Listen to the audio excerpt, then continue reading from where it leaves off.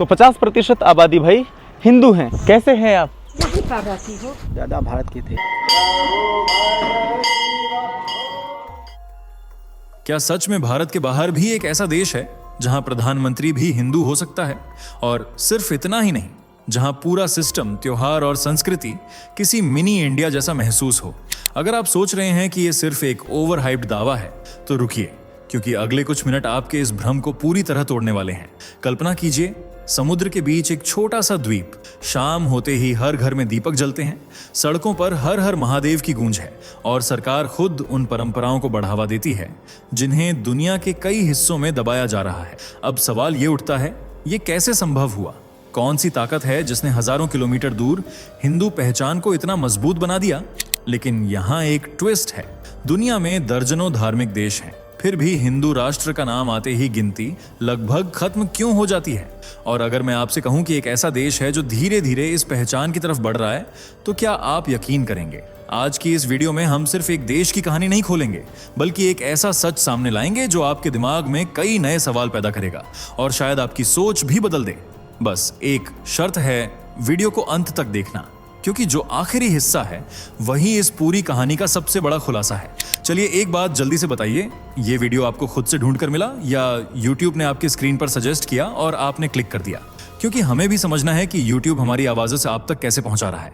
और अगर आप सच में एक जागरूक और देशभक्त हिंदू हैं तो फैक्ट मंत्रा चैनल को अभी सब्सक्राइब करें, वीडियो को लाइक जरूर करें और अपने दोस्तों के साथ शेयर करना मत भूलिए। चलिए अब बिना देरी के बढ़ते हैं आगे वीडियो की सबसे जरूरी बात की ओर। क्या आपने कभी सोचा है कि भारत से हजारों किलोमीटर दूर हिंद महासागर के बीच एक ऐसा देश भी मौजूद है जहां हिंदू सबसे ज्यादा हैं, जहां गंगा जैसी पवित्र धारा बहती है, जहां शिवरात्रि आते ही पूरा देश मानो ठहर जाता है और जहां दिवाली पर राष्ट्रीय छुट्टी रहती है? यहां पूजा अर्चना भी होती है, हवन भी, क्योंकि बहुमत हिंदुओं का है। लेकिन आखिर ये देश कौन सा है और यहां तक हिंदू धर्म पहुंचा कैसे? आइए जानते हैं। बस वीडियो के अंत तक जुड़े रहिए और अगर आपने अभी तक चैनल को सब्सक्राइब नहीं किया है तो अभी कर लीजिए। दुनिया में 57 इस्लामिक देश, 14 क्रिश्चियन, 1 यहूदी और 4 बौद्ध देश हैं। लेकिन जब हिंदू देशों की बात आती है तो गिनती शून्य पर आकर रुक जाती है। हालांकि आबादी के हिसाब से भारत दुनिया का सबसे बड़ा हिंदू बहुल देश है, जहां हिंदू संस्कृति हर कण में बसी हुई है। इसके अलावा नेपाल भी कभी एक हिंदू राष्ट्र हुआ करता था, लेकिन आज नेपाल की पहचान एक धर्मनिरपेक्ष देश के रूप में है। इन सबके अलावा भी कुछ ऐसे देश हैं जहां हिंदुओं की संख्या सबसे अधिक है और जो आने वाले समय में पूरी तरह हिंदुत्व की पहचान अपना सकते हैं। उन्हीं में से एक खास देश है मॉरिशस, जिसे लिटिल इंडिया, हिंद महासागर का स्वर्ग और संस्कृतियों का संगम भी कहा जाता है, जबकि इसका आधिकारिक नाम रिपब्लिक ऑफ मॉरिशस है। यह हिंद महासागर में स्थित एक द्वीपीय राष्ट्र है जिसके प्रमुख द्वीपों में रॉड्रिग्स, अगालेगा और सेंट ब्रैंडन जैसे कई द्वीप समूह शामिल हैं।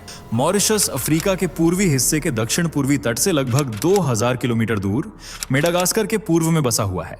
करीब 2040 वर्ग किलोमीटर में फैला यह एक छोटा सा देश है, लेकिन इसका इतिहास, संस्कृति और धार्मिक विविधता इसे दुनिया के सबसे अलग और खास देशों में शामिल कर देती है। मॉरिशस की खूबसूरती को लेकर मशहूर लेखक मार्क ट्वेन ने कहा था, पहले मॉरिशस बना और उसके बाद स्वर्ग की कल्पना हुई। इस बात से आप इसकी प्राकृतिक सुंदरता का अंदाजा लगा सकते हैं। कहा जाता है कि यहाँ के नीले समुद्र, सुहावना मौसम और घने जंगलों को देखकर ही स्वर्ग की छवि बनाई गई थी। हैरानी तब और बढ़ जाती है जब यह सुंदर देश बिल्कुल छोटे भारत जैसा महसूस होने लगता है। वही रीति रिवाज, वैसा ही पहनावा और वही खान पान। यहाँ आने के बाद ऐसा लगता ही नहीं कि आप भारत से बाहर हैं, और इसकी वजह साफ है। मॉरिशस में सबसे बड़ा धर्म हिंदू धर्म ही है। यहाँ की कुल जनसंख्या लगभग 12,68,000 के करीब है, जिसमें करीब 49 से 50% लोग हिंदू हैं।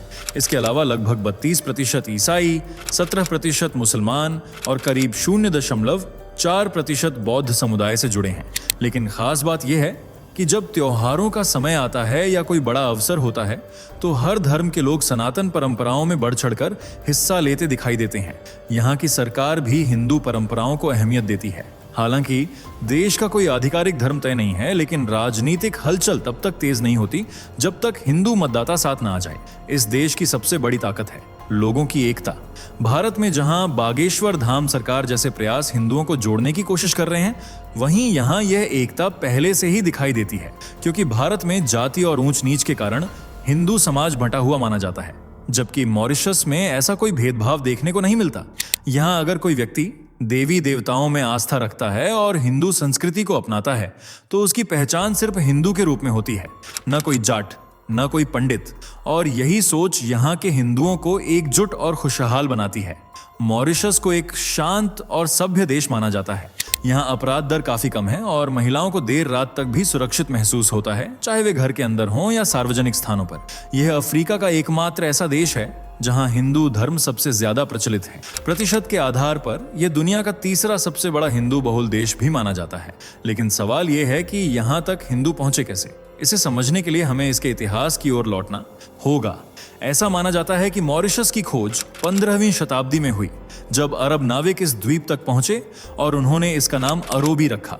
इसके बाद 16वीं शताब्दी में पुर्तगाली यहां आए और फिर 1638 में डचों ने इस जगह पर अपना कब्जा जमाया। कहा जाता है कि मॉरिशस नाम सबसे पहले डचों ने ही दिया था, जो आज भी प्रचलन में है। डचों के बाद फ्रांसीसी और फिर अंग्रेजों का शासन यहां स्थापित हुआ। अगर इतिहास पर नजर डालें तो मॉरिशस को असली पहचान फ्रांसीसी दौर में मिली थी। 1715 में आए फ्रांसीसियों ने करीब 100 वर्षों तक इस द्वीप पर राज किया और इसे एक संगठित रूप दिया। लेकिन 1810 में ब्रिटिश ताकत और उनकी रणनीतियों के आगे फ्रांसीसी टिक नहीं पाए और उन्हें मॉरिशस छोड़ना पड़ा। पेरिस की संधि के तहत फ्रांस ने यह क्षेत्र यूनाइटेड किंगडम को सौंप दिया और इस तरह यह द्वीप अंग्रेजों के अधिकार में चला गया। अंग्रेजों के लिए मॉरिशस काफी लाभदायक साबित हुआ क्योंकि यहाँ की जलवायु उष्णकटिबंधीय थी। ये जलवायु गन्ना, कपास, तंबाकू और अन्य नकदी फसलों की खेती के लिए बेहद उपयुक्त थी। खासकर गन्ने की खेती पर अंग्रेजों का ध्यान था क्योंकि वे इसे उगाकर दुनिया के प्रमुख चीनी निर्यातकों में शामिल होना चाहते थे। और धीरे धीरे ऐसा ही हुआ। मांग लगातार बढ़ने लगी। उत्पादन बढ़ाने के लिए मजदूरों की जरूरत भी बढ़ती गई। लेकिन अंग्रेज चाहते थे कि कम खर्च में ज्यादा मुनाफा मिले, इसलिए उन्हें सस्ते मजदूरों की तलाश थी क्योंकि मॉरिशस या यूरोप से लाए जाने वाले मजदूर ज्यादा मेहनताना मांगते थे। इसलिए अंग्रेजों ने भारत से लोगों को लाने की योजना बनाई। हालांकि 1835 में ब्रिटिश सरकार गुलामी प्रथा खत्म कर चुकी थी, इसलिए अब लोगों को सीधे गुलाम बनाकर लाना संभव नहीं था। ऐसे में अंग्रेजों ने एक नया तरीका अपनाया। भारतीयों को इंडेंचर्ड लेबरर्स यानी गिरमिटिया मजदूर बनाकर मॉरिशस ले जाया गया। इनमें उत्तर प्रदेश, बिहार, झारखंड, बंगाल, तमिलनाडु, आंध्र प्रदेश और महाराष्ट्र जैसे कई इलाकों के लोग शामिल थे और इनमें बड़ी संख्या हिंदुओं की थी। 1834 से लेकर 1920 के बीच करीब 5 लाख भारतीयों को मॉरिशस लाया गया। कुछ लोग अपना कॉन्ट्रैक्ट पूरा होने के बाद वापस भारत लौट गए, लेकिन कई वहीं बस गए। उन्हीं के कारण हिंदू संस्कृति भारत से दूर 7 समंदर पार मॉरिशस में भी जीवित बनी रही। इन लोगों ने न तो अपना धर्म छोड़ा और न ही अपनी भाषा। इसी वजह से आज भी यहाँ भोजपुरी, हिंदी, तमिल, तेलुगु, मराठी और संस्कृत जैसी भाषाएं सुनने को मिलती हैं। आम हिंदू समाज मॉरिशियन क्रियोल भी बोलता है, जबकि राजनीति और सांस्कृतिक पहचान से जुड़े लोग हिंदी को अपनी मातृ और पारंपरिक भाषा मानते हैं। इसी कारण लगभग 10 से 20% लोगों को छोड़कर अधिकांश मॉरिशस निवासी हिंदी समझ लेते हैं। वहीं ग्रामीण और उत्तर मध्य इलाकों में रहने वाले हिंदू भोजपुरी को अपनी मूल भाषा मानते हैं, क्योंकि यह क्षेत्र मुख्य रूप से बिहार और पूर्वी उत्तर प्रदेश से जाकर बसे लोगों से प्रभावित है, जिनकी जड़ भाषा भोजपुरी है, जबकि आधिकारिक भाषा अंग्रेजी मानी जाती है। लेकिन अंग्रेजी का इस्तेमाल ज्यादातर सिर्फ सरकारी कामों तक सीमित रहता है। आम बातचीत में यह बहुत कम सुनाई देती है। मॉरिशस में हिंदू धर्म का प्रभाव कितना गहरा है, इसका अंदाजा इसी बात से लगाया जा सकता है कि इस देश के पहले प्रधानमंत्री भी हिंदू थे। उनका नाम था सर शिवसागर रामगुलाम, जिन्हें राष्ट्रपिता का दर्जा भी दिया गया। रामगुलाम परिवार ने मॉरिशस में भोजपुरी भाषा और हिंदू संस्कृति को बचाए रखने और लोगों को जोड़कर रखने में अहम भूमिका निभाई थी। 1930 के आसपास उन्होंने ही अंग्रेजी हुकूमत के खिलाफ आवाज उठाने की शुरुआत की। उन्होंने अंग्रेजों को देश से बाहर निकालने के लिए हर संभव प्रयास किए। उनके पिता भी बिहार से मजदूरी करने मॉरिशस आए थे। अपने पूर्वजों की मेहनत और मजदूरों पर हो रहे अत्याचार को देखते हुए उन्होंने श्रमिकों के अधिकारों के लिए बड़े आंदोलन खड़े किए। आखिरकार इन संघर्षों का परिणाम यह हुआ कि 1968 में मॉरिशस को आजादी मिली और 12 मार्च 1968 को शिवसागर रामगुलाम देश के पहले प्रधानमंत्री बने। उनके बाद सर अनिरुद्ध जगन्नाथ ने 2000 में प्रधानमंत्री पद संभाला, जो इंडो मॉरिशियन समुदाय से थे। इसके अलावा नवीन रामगुलाम, प्रविंद जगन्नाथ और वर्तमान में भी नेतृत्व ऐसे लोगों के हाथ में रहा है जिनकी जड़ें हिंदू समाज से जुड़ी रही हैं। यहाँ तक कि रक्षा, विदेश, गृह, शिक्षा, पर्यटन और अंतर्राष्ट्रीय मामलों जैसे अहम विभागों में भी आपको हिंदू नेता सक्रिय भूमिका में दिखाई देंगे। और यही दिखाता है कि मॉरिशस में हिंदू समाज राजनीतिक रूप से कितना प्रभावशाली और सक्रिय है। जितना यहाँ हिंदू समाज राजनीति में सक्रिय है, उतनी ही मजबूती से अपनी परंपराओं को भी संभाले हुए है। यहाँ हर हिंदू त्योहार उसी उत्साह और धूमधाम के साथ मनाया जाता है जैसा भारत में देखने को मिलता है। दिवाली को इस देश का सबसे बड़ा पर्व माना जाता है और इस दिन राष्ट्रीय अवकाश रहता है। खास बात यह है कि हर धर्म के लोग इसमें बढ़ चढ़कर हिस्सा लेते हैं। इस मौके पर पूरा देश रोशनी से जगमगा उठता है। घर घर सजावट होती है, तरह तरह की मिठाइयाँ और पकवान बनाए जाते हैं और भगवान गणेश व माता लक्ष्मी की पूजा की जाती है। यहाँ भगवान शिव, गणेश, लक्ष्मी, दुर्गा, श्री कृष्ण, भगवान राम और हनुमान जी की विशेष रूप से पूजा होती है। हनुमान जयंती के दिन भक्त सुबह से ही बजरंग बली की आराधना में जुट जाते हैं। वहीं उगादी या गुड़ी पड़वा को हिंदू नववर्ष के रूप में खासकर तेलुगु और मराठी समुदाय बड़े उत्साह से मनाता है। होली, जिसे रंगों का त्योहार कहा जाता है, वह भी मॉरिशस में बेहद लोकप्रिय है। ये त्योहार सभी लोग मिलकर मनाते हैं। होली 2 दिनों तक चलती है। पहले दिन होली का दहन किया जाता है और चौताल जैसे पारंपरिक लोकगीत गाए जाते हैं और अगले दिन रंग, गुलाल और पानी के साथ जमकर होली खेली जाती है। रामनवमी के दिन भगवान राम के आदर्शों को याद किया जाता है। इस अवसर पर हर भाषा और समुदाय के लोग एक साथ मिलकर उत्सव मनाते हैं। इसके अलावा पोंगल या मकर संक्रांति, कृष्ण जन्माष्टमी, गणेश चतुर्थी, दुर्गा पूजा, नवरात्रि और शिवरात्रि भी पूरे श्रद्धा भाव से मनाई जाती है। शिवरात्रि के दौरान यहाँ के हिंदू 7 से 40 दिनों तक व्रत रखते हैं। इस अवधि में फलाहार किया जाता है। साथ ही गंगा तालाब से जल लाने के लिए तीर्थ यात्रा की जाती है और अंत में भगवान शिव की आराधना के साथ रात भर जागरण किया जाता है। वैसे गंगा तालाब को आप गंगा तालाब या छोटी गंगा भी कह सकते हैं, क्योंकि मॉरिशस में मौजूद इस झील की आस्था वैसी ही मानी जाती है जैसी काशी, हरिद्वार और प्रयागराज जैसे तीर्थों की होती है। यह झील मॉरिशस के सवाने जिले में स्थित है और समुद्र तल से लगभग 550 मीटर की ऊंचाई पर बसी हुई है। हिंदू इसे समुद्र के बीच गंगा का रूप मानते हैं और इसी सम्मान के साथ इसे गंगा तालाब कहते हैं। मान्यता है कि 1897 में एक हिंदू पुजारी को स्वप्न में माता गंगा के दर्शन हुए। इसे एक दिव्य संकेत मानते हुए उन्होंने भारत से गंगा जल लाकर इस झील में मिला दिया। तभी से इसका नाम गंगा तालाब पड़ा और यहाँ गंगा की तरह ही धार्मिक अनुष्ठान होने लगे। आज यह झील दुनिया की सबसे पवित्र और साफ सुथरी झीलों में गिनी जाती है। महाशिवरात्रि के अवसर पर लाखों श्रद्धालु नंगे पैर कांवड़ उठाकर कई किलोमीटर की यात्रा करते हुए यहाँ पहुंचते हैं और इस पवित्र जल को लेकर भगवान शिव का जलाभिषेक करते हैं। यहाँ एक भव्य शिव प्रतिमा और माता दुर्गा की विशाल मूर्ति भी स्थापित है। साथ ही हनुमान जी, गणेश जी और विष्णु भगवान को समर्पित कई मंदिर भी मौजूद हैं। मॉरिशस में 300 से अधिक मंदिर हैं। जब भारतीय यहाँ आए थे तो वे अपने साथ रामायण, महाभारत, भगवद गीता, वेद पुराण और उपनिषद जैसे धार्मिक ग्रंथों के साथ अपनी आस्था भी लेकर आए थे। उन्होंने शुरुआत में छोटे छोटे तंबुओं में देवी देवताओं की स्थापना की और वहीं से पूजा पाठ की परंपरा शुरू की। समय के साथ यहाँ भव्य मंदिरों का निर्माण भी शुरू हो गया। देश के सबसे प्रमुख मंदिरों में महेश्वरनाथ शिव मंदिर का नाम लिया जाता है, जो 130 साल से भी अधिक पुराना है। इसे ग्रैंड शिवाला ट्रायोलेट के नाम से भी जाना जाता है और इसका स्थापत्य बंगाल शैली से प्रेरित है। ये मंदिर भगवान शिव को समर्पित है। यहाँ करीब 33 मीटर ऊंची शिव प्रतिमा स्थापित है, जो गर्भगृह की भव्यता को और बढ़ा देती है।